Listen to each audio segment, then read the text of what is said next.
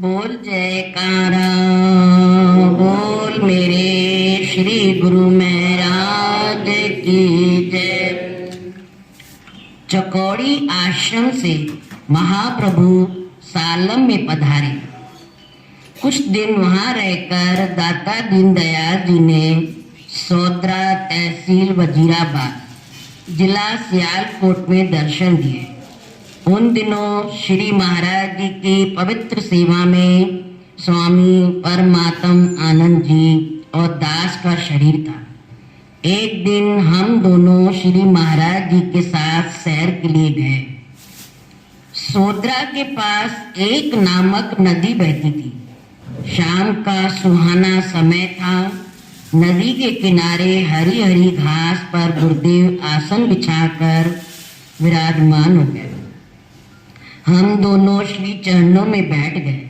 श्री महाराज जी ने अपनी मौत में आकर फरमाने लगे, सामने जो हरे हरे चनों का खेत है, वहां से कुछ चनों के पत्ते पल्ली तोड़ कर लाओ, हम खाएंगे। मैंने अपनी अज्ञानता और बुद्धि के भरोसे महाप्रभु से ये शब्द कहे, गुरुदेव जी वो चने का खेत नहीं, मसूर का खेत है। श्री महाराज जी ने फिर मुझे आज्ञा दी, जाओ चने के हरे पत्ते तोड़ लाओ। मैंने फिर प्रार्थना की, हुजूर चने और मसूर दोनों से एक जैसी दिखाई देते हैं। गुरु महाराज जी को इस बात का पता नहीं कि मसूर के पत्ते नहीं खाए जाते, चनों के खाए जाते हैं। मेरी बात सुनकर दाता दीनदयाल जी हंस पड़े और फिर बोले, अच्छा गुरु महाराज जी को नहीं पता है तो बैठ जाओ। थोड़ी देर बाद मेरी अंतरात्मा से आवाज आई कि तुमने श्री गुरु महाराज जी की आज्ञा न मानकर भारी भूल की है। अब समय हाथ से निकल गया, बैठे पश्चाताप करते रहो। श्री महाराज जी अपनी कृपा का चमत्कार दिखाना चाहते थे। मसूरों को चना में बदलना चाहते थे। मैं मसूर था, परंतु गुरुदेव जी अपनी कृपा द्वारा मुझे चना बनाना चाहते थे।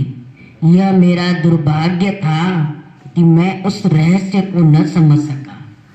मेरे मन में बहुत दुख हो रहा था, परंतु अब पछताए होत क्या जब चिड़िया चुग गई खेत वाली बात थी।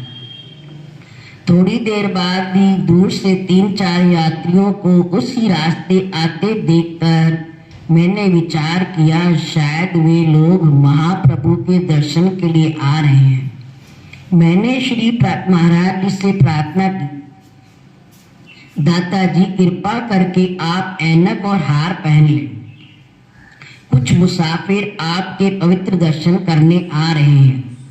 गुरुदेव ने मुझे ऐसे ही टाल दिया और फरमाने लगे, ये हमें नहीं जानते। मैंने विनती की, श्री महाराज जी आपको तो संसार जानता है, आप ऐनक और हार जरूर पहन लीजिए। श्री सद्गुरुदेव जी ने कहा, हम औरों की बात तो नहीं कहते, आप तो हमें जानते ही होंगे और परम आत्मानंद जी तो हमें और भी अच्छी तरह जानता है, क्योंकि यह गुरु दरबार का पुराना सेवक है। सार शब्दानंद तो भी बच्चा है। दास ने और स्वामी परम आत्मानंद जी ने कानों को हाथ लगाया और विनती की, गुरुदेव आपकी लीला अपरंपार है। हम अबोध बालक भला आपको क्या जाने। इतने में ही वे यात्री वहां से गुजर गए। मेरी तो यह हालत थी, काटो तो जिस्म में खून नहीं। मैंने महाप्रभु के श्री चरणों में साष्टांग दंडवत प्रणाम करके विनती की, महाप्रभु आप अपनी अगाध माया से हम पामर जीवों को बचाइए। आपकी लीला आप ही जानिए। इसके बाद श्री महाराज जी ने मुझे आज्ञा दी कि श्री रामचरितमानस का वह प्रसंग सुनाओ, जब भगवान राम वन यात्रा में सीता जी को ढूंढ रहे थे। उस समय श्रीमुख पर्वत के नजदीक जब पहुंचे तो सुग्रीव जी ने हनुमान को भेजा कि जाओ देखो ये कौन है, ये राजकुमार आ रहे हैं। तब हनुमान जी ब्राह्मण का रूप धरकर वहां गए और मस्तक निभाकर कहने लगे, श्री महाराज जी की आज्ञा पाकर मैंने किष्किंधा कांड का यह प्रसंग सुनाना शुरू किया। बोल जयकारा, बोल मेरे श्री गुरु महाराज की जय। गुरुमुखों, सतगुरु की महिमा तो सतगुरु ही जाने, हम सेवक कुछ नहीं जान सकते। वो क्या करेंगे क्या नहीं करेंगे, क्या हम लोग की बुद्धि में इतनी ताकत है? गुरुमुखों, ताकत नहीं है, लेकिन कहा न कि मन के वश होकर के गुरु की बात को पलट देते हैं।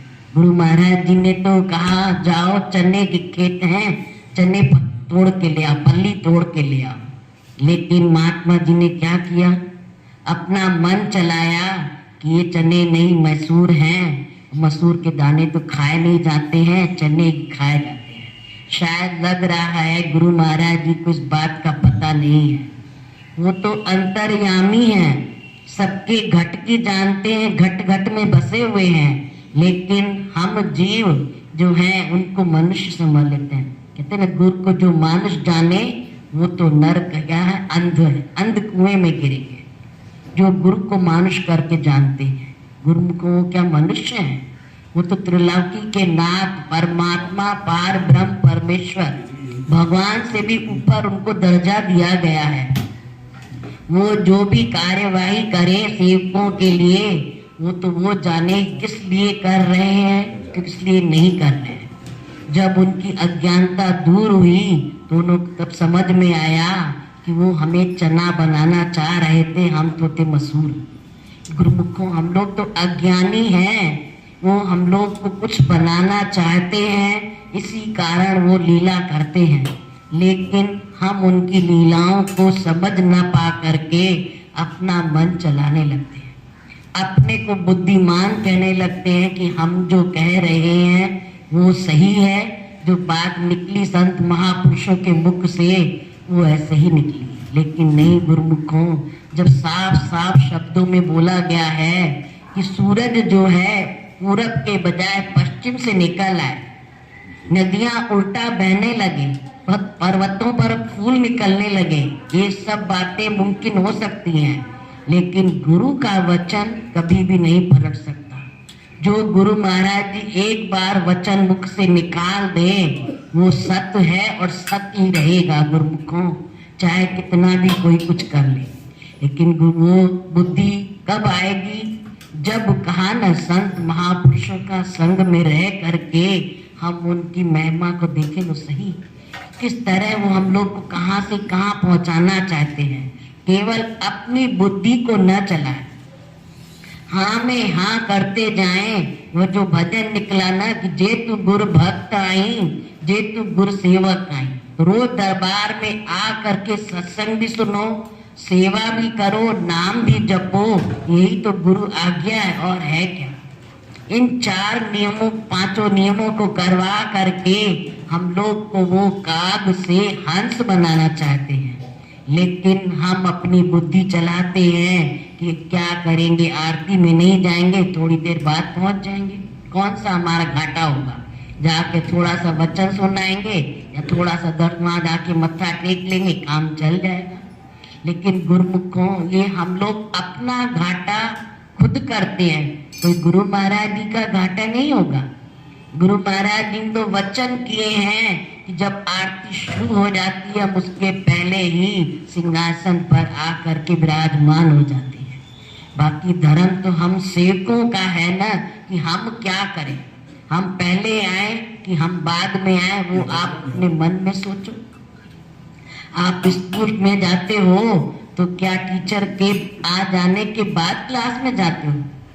जब टीचर क्लास में आ जाए, पढ़ाई शुरू कर दे, उसके बाद अगर आप पहुंचोगे तो क्या टीचर आपको सजा नहीं देता है? सजा भी देगा और आपकी पढ़ाई भी छूट गई, जो उसने पहले पढ़ाया, जो नियम उसने बताए वो भी छूट गए, जब आपके हाथ ही नहीं आएंगे। फिर आप बाद में जब आपको पता चलेगा कि आज हम लोग को ये सिखाया गया, तब आपको कितना अंदर धक्का लगता है कि अगर हम टाइम से स्कूल गए होते तो हमको सब मिलता ना गुरुमुखों। तो यही भी तो एक रूहानी स्कूल है। इस स्कूल में भी तो गुरु महाराज जी के विराजमान होने से पहले हम सेवकों का धर्म क्या है, गुरु दरबार में पहले आके पहुंचे, लेकिन उल्टा होता है। तो फिर जब काम ही उल्टा हम करेंगे तो उल्टा ही तो मिलेगा। कहा ना, जो बोगे वही तो काटोगे। किसी और को जरूरत थोड़ा है कहने की कि तुमने ये क्यों किया या वो क्यों किया। बाद में आप लोग कहते हैं ऐसा क्यों हो रहा है, क्यों नहीं हुआ था। तो आप अपने अंदर सोच के देखो कि जो गुरु महाराज जी हमारे साथ जो मेहनत कर रहे हैं, हम उनके साथ वैसा चल रहे हैं। इतना वो हम लोग के लिए कुर्बान हो रहे हैं, हम लोग उतने कुर्बान हो रहे हैं। जो इतने बड़े साईं ने जो वचन परमक्ष में लिखे हैं, कोई ऐसे थोड़ा ना लिखे हैं। उन्होंने भी तो कुछ सोच करके ही तो इतने सारे भजन लिखे। इन भजनों में उनका सार जो देखिए कितना है। इतने जो उन्होंने सिंधी में भजन लिखे हैं, हर भजन के अंदर उनकी देखिए कितनी महिमा है। कितना उन्होंने गुरु महाराज जी के आगे अपने को छोटा बता करके बढ़ते चले हैं आगे। तो ये तो मालिक ऐसा तो नहीं थे, मालिक नहीं थे, लेकिन मालिक बन होकर के भी अपने को क्या कहा उन्होंने, दासों का भी दास, उनके भी दास की अगर धूल की जितना भी हमें मिल जाए वो भी हमारे लिए सौभाग्य है। लेकिन गुरुमुखों, यहाँ आजकल क्या होता है, दास बनने के बजाय क्या सोचा जाता है कि हमें पदवी मिल जाए, हमें हमारा मान इज्जत दरबार में मिले, तब हम दरबार में जाएंगे, वरना दरबार में नहीं जाएंगे। तो इसका मतलब क्या है, दरबार में आप किस लिए आते हो? गुरु महाराज से मतलब नहीं है ना उनकी पूजा से मतलब है, न कुछ है, केवल मान मर्तबे के लिए। गुरुमुखों, मान मर्तबा तो क्या करेगा, गिरा देगा। आपने देखा तो है रावण और दुर्योधन का मान मर्तबा कितना था, आखिर क्या हुआ, गिर गए ना। क्योंकि गुरु उन्होंने भगवान को माना ही नहीं। मगर भगवान को मानते तो क्या आज उनकी ऊंची पदवी न होती। भगवान कुछ न समझ करके अपने को समझ रहे थे कि मेरा मर्तबा। गुरुमुखों, जो कहेगा मेरा मर्तबा, उसको कुछ नहीं मिलेगा, उसका ईगो यही का यही धरा रह जाएगा। जिसने गुरु भक्ति निमाणा बन करके गुरु की आज्ञा मानी होगी, गुरु के अनुसार कर्म कमाया वे रुकाना, गुरु कहे सो कार कमावे, तो वही अगर कार उसने करी है तो फिर उसकी पदवी ऊंची है। अगर उसने वो कार्य नहीं किया तो फिर गुरु सेवक कहलाने का भी अधिकारी वो नहीं है। गुरु सेवक को हमेशा नीचा ही बनना चाहिए। गुरुमुखों, ऐसी बात नहीं है। गुरु अर्जन देव जी ने क्यों इतनी ऊंची पदवी पहुंचे? पहले उन्होंने अपने को नीचे ही तो करा। पृथ्वी चंद ने मान चाहा तो क्या मिला? पृथ्वी चंद के हाथ में क्या आया? कुछ भी हाथ नहीं आया। और जो गुरु अर्जन देव जी के हाथ आया तो सबके सामने है। कहां से कहां पहुंचा दिया उन्होंने। केवल गुरु वचन माना और गुरु आज्ञा के पाबंद बने। अगर पिता को पिता समझ करके चलते तो पृथ्वी चंद की तरह आज उनका भी उसी तरह नाम होता। लेकिन उन्होंने अपने पिता को पिता न समझकर गुरु माना और गुरु आज्ञा के पाबंद बने। देखिए कहां से कहां तक। ये उस समय की बात थी, लेकिन आज के युग में श्री परम दाता दयाल जी ने तो वही सिखाया है। पहली पातशाही से लेकर हजूर गुरु महाराज जी ने तक देखिए, क्या उन्होंने तकलीफें नहीं सही होंगी? कितनी तकलीफें सही होंगी। अपना उन्होंने सबसे व्यवहार भी अच्छा रखा, चाहे छोटे चाहे बड़े, उनसे जो मिले उनसे उस तरह का प्यार दिया, उस तरह से उनसे बात की। कभी अपने आप को कहा कि हम ऊंची पदवी वाले हैं। आज भी हजूर गुरु महाराज जी को देखिए किस तरह सेवकों से बात करते हैं। क्या वो कहते हैं कि हम आपको बड़े हैं? वो प्यार से बात करते हैं, प्यार से मिलते हैं, तो कितना आपका मन उनकी तरफ खिंचता है। क्यों खिंचता है? तो जब उन्होंने आपको प्यार दिया है ना, ऐसा तो नहीं। तो आप भी सेवक बन करके प्यार बांटो। जितना प्यार बांटोगे उतना प्यार आपके पर आएगा आंचल में। बाकी आप प्यार बांटो नहीं, केवल नुक्ताचीनी करो, तो ये बात गलत है। नुक्ताचीनी तो कभी करनी ही नहीं चाहिए। कुछ भी हो जाए, जैसा भी हो, नहीं करना चाहिए। जो हुआ कहा क्यों। देखिए इतने बड़े महात्मा जी थे, उन्होंने जरा सब गुरु महाराज के लिए कहा तो गुरु महाराज जी ने उनको सचेत किया ना। जब सचेत किया जाता है तो उस समय सचेत हो जाना चाहिए, गुस्सा नहीं होना चाहिए। गुस्सा करा तो फिर सब चला जाएगा। ये सोचो कि अगर हमारे लिए आज वचन निकला है कोई भी, तो मेरे भले के लिए निकला होगा। हो सकता है मेरे अंदर ये गलती हो, उस गलती को सुधारने के लिए गुरु महाराज जी ने काम किया हो। गुरु महाराज जी तो सेवकों को कोई ना कोई लीला रचा के ही तो सुधारते हैं, ऐसे थोड़ी सुधारते हैं।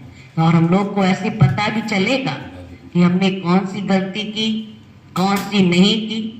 गुरुमुखों, जब तक सामने आईना नहीं दिखाया जाएगा तब तक क्या हमको पता चलेगा। जब आईने में आप चेहरा देखते हो तभी तो आपको मालूम पड़ता है कि धब्बा है कि नहीं, कि साफ है, कैसा है। अगर धब्बा होता है तो आप शीशे को साफ करके फिर देखने की कोशिश करते हो कि मेरा चेहरा साफ दिख रहा है कि नहीं। तो गुरुमुखों, कि आपके अंदर जो मन है ये भी आपका दर्पण है। आप उसको देखिए तो सही कि हम सही चल रहे हैं कि नहीं चल रहे। क्यों ऐसे कहा जा रहा है, क्यों ऐसे नहीं कहा जा रहा है। गुरु की करनी में कभी भी संशय नहीं लाना चाहिए। गुरु महाराज जी के जो वचन निकल जाएं वही सिद्ध है, दूसरे नहीं है। गुरुमुखों, गुरु के शब्द में नारद मुनि जी ने पर लगाया था ना, पर लगाने पर उनको 84 भोगनी पड़ी। फिर भी उनको गुरु ने ही तो 84 छुटाया, किसी और ने नहीं छुड़ाया। नारद मुनि ने खाली पर लगाई। भगवान ने जब कहा उसको कि जाओ, जा करके जो पहले मिले उसको तुम गुरु करना। गुरु निकल गया, मान करके आ गया विष्णु भगवान की, तो सामने धीमर ही तो मिला। धीमर मिला तो उसको देख करके उन्होंने गुरु तो बना के आए। लेकिन जब विष्णु भगवान ने उनसे पूछा बनाया, हाँ बनाया तो, लेकिन पर जहाँ पर लगाई तो देखिए भगवान ने किस तरह उसको कर दिया, जाके 84 भुगतो। तो डर गए। डर करके फिर विष्णु भगवान से कहने लगी ये सब क्या। कहते वो भी तुम अपने गुरु महाराज जी से जाके पूछो। फिर वो गुरु महाराज जी से गलती की माफी मांगी। तब उन्होंने तुम युक्ति बताई कि विष्णु भगवान के पास जाओ और जा करके कहो कि आप 84 का चित्र तो बना के दो, नक्शा। तो वैसे ही उसने जैसे भगवान गुरु महाराज ने सिखाया, आके विष्णु भगवान से कहा। विष्णु भगवान ने पूरा नक्शा बनाया तो उसके ऊपर नारद मुनि लौटने लगे। तो भगवान ने पूछा ये क्या कर रहे हो नारद।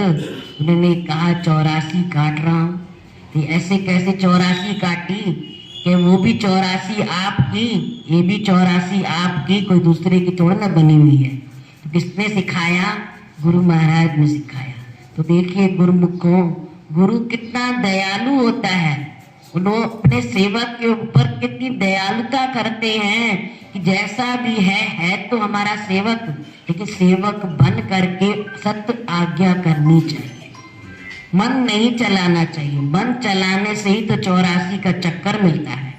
आप मन न चलाओ, केवल आज्ञा मानते जाओ, सत्य करते जाओ, जो गुरु महाराज जी कार कराए वो करते जाओ। तो फिर देखिए गुरु महाराज जी ने तो वादा किया है कि आप मेरे वचन अनुसार कर्म करोगे तो मेरा जिम्मा है, मैं आपका बेड़ा पार करूंगा, हर पल आपकी रक्षा करूंगा।